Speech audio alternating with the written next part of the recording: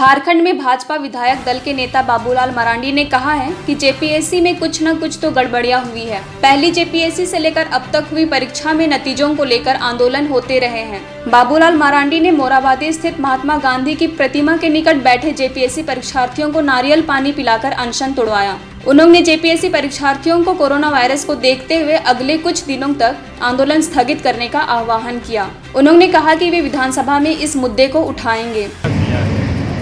आप इस भूख हड़ताल को समाप्त करें और जनता के अंदर में आप मिलना चाहिए और आपकी जो मांग है या मुद्दा है जिसको लेकर के यहाँ धरना पर रहे